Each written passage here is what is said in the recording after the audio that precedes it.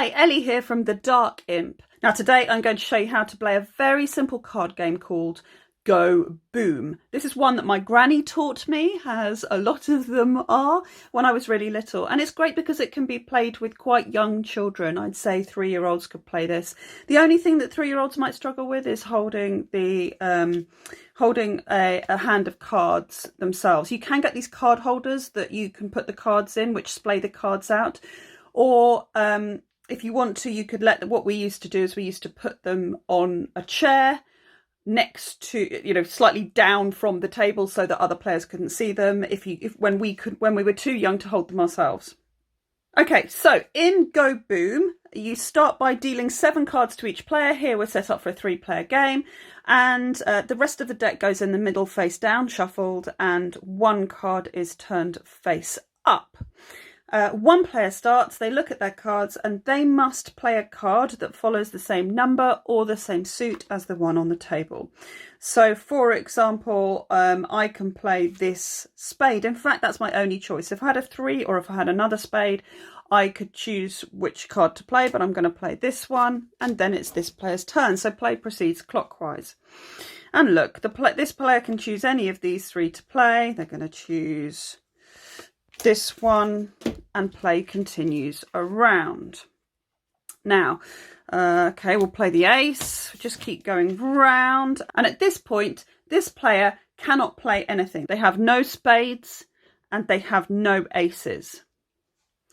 So what they have to do is they have to pick up, and they don't just pick up 1 card, they keep picking up cards until they pick up a card that will go on the table, that will go on the pile. So look, we're going to keep getting cards. None of these will go. I'm looking for an ace or a spade. There's an ace. Okay, so that player's now had their turn, and play proceeds to the next player. Have they got a diamond or an ace? Yes, they've got a diamond and an ace. They can choose which one they play. I think in this case we're going to play the ace. Switch it to clubs. This player can't play, so they pick up. Now, the play continues like this. They put down when they can. And a word of warning, this game can go on for a while. But usually what happens is that one player gets out much quicker than the other players. So here again, we're going to pick up, put down, and etc, etc. So now, when you have, as a player, only 1 card left in your hand, let's say, for example, this player was in this situation, it's their turn, and they put down this card here, the 5 of hearts. They've got 1 card left in their hand, and they need to say, go boom, to tell everybody else they've got 1 card left in their hand. At that point, the other players keep continuing. They have their turns. What have we got here?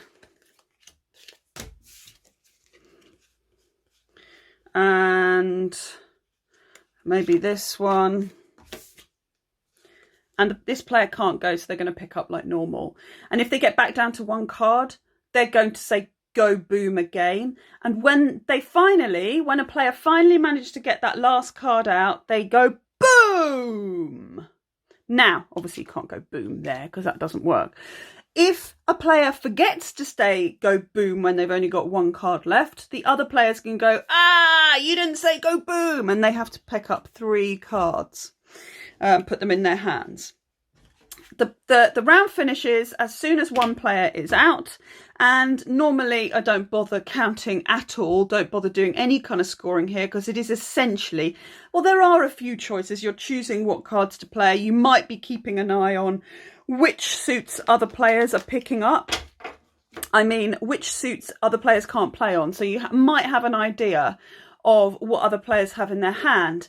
And importantly, when you pick up a card, when you can't go, everybody sees it. So you can show it, you keep showing it until there's a card that will go. So if you're really keeping track, you can tell what other players have got in their hand. So you have some choices. You can choose which card to put down. If you have multiple cards that will go down, you can choose which order to put them down in.